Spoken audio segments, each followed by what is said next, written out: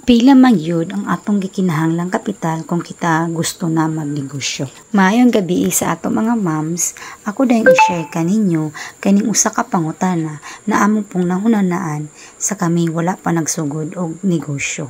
Tungod kay nagsugod mi og negosyo sa mga panahon na dili pa gyud mi andam, ang among unang kapital na among gibutang sa among agrivet is gamay lang jud na kantidad. Kani siya nga kapital mga moms is among gipalit og napo katagtunga kasako sa feeds na among i-display sa among tindahan. Bisan pa sa kagamay sa among kapital, naninguha jud mi mga moms na makasugod mi og gamay na agrivet. Og dito na mo na-realize mga moms na dili di ay basihan kung unsa kadako ang imong kapital para ikaw makasugod og imong kaugalingong negosyo.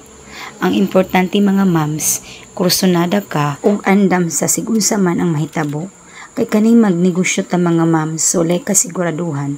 Pero kung ikaw maning kamot, magbunga ra jud ang tanan.